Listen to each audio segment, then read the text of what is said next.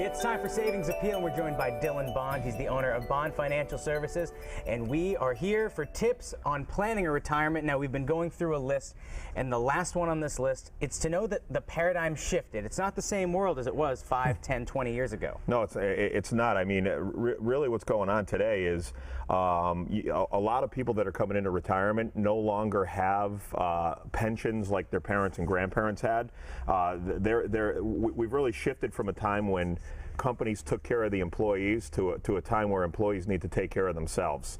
And really, I think the most important piece of the plan when it comes to retirement planning is creating an income plan that you're going to be comfortable with, that you'll be able to sleep well at night knowing you're going to have enough money to last what could be a 30-plus year retirement. Now, there's a lot of questions that when you sit down with people, you ask them to get a feel for them and their financial situation, because like you say, every financial situation, it's like a fingerprint. It's like a fingerprint. I mean, I've been doing this for 18 years. I have yet to meet a couple or a family that has the exact same scenario. So it's fun in that regard, but you really have to understand a lot of different things. First and foremost, I think one of the first things that somebody should do when they're getting close to retirement is they need to get their budget in order. They need to figure out what they're spending on a month-to-month basis. And there's different types of expenses. The ones that I'm talking about now are those bills that no matter what are never going to go away. You're talking about cable bills, you're talking about homeowners insurance, gas for the car, clothes, food, just things that will be there forever. And then we got to figure out what type of income sources do you have? Do you have a pension from an old job? Do you have Social Security?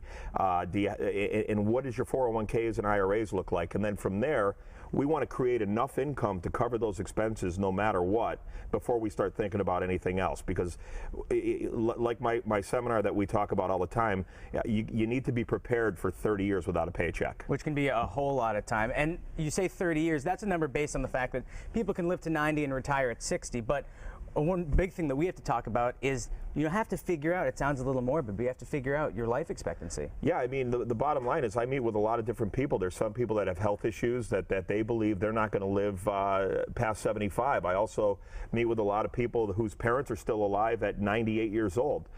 So again, it's a case-by-case basis, and obviously we don't want to kill you off too soon. No. Or make you live too long, but we want to get a reasonable expectation of where we see you going out so we can plug all that into our software and figure out under current assumptions with inflation and rates of return and things like that, how long that money will last based on your life expectancy. So you need to figure out how long you're going to live, how much you want to budget for yourself in that time. Right. But then the other big thing that you need to think of is how much you want to leave for a dependence. That's a huge topic. There's some people out there that want to spend their last dime on their last day. Mm-hmm. They've given enough to their kids, and there's other people out there that are very concerned about making sure that they leave a good piece of their assets to their kids when the last of the couple dies. Now, people also need to ask themselves questions about their different kind of tax-deferred accounts, what they're going to take from when they want to start taking Social Security. Yeah, I mean, the way you use your money could potentially save thousands of dollars over the course of your retirement and tax bills. So it's important that you understand there's really three types of money out there. There is tax-deferred money, and that's money that you've never paid tax on. So when you take it out of that account, you're forced to pay taxes on it. A ticking tax time bomb. It's a ticking tax time bomb. And then there's Roth IRA money, which is tax-free money down the road, and then non-qualified money, which you pay tax on year after year. But when you take your principal out, there is no tax on that. So people need to think about so many different things, but if they want to make the process a whole lot easier, they can sit down with you and really not have to answer as many of these questions. Yeah, I mean, the way I would prefer is to have everybody come through one of my seminars. We do them almost on a weekly basis. We've got them coming up in Hamden, Mass. We've got them coming up in Long Meadow, Ludlow, as well as West Springfield.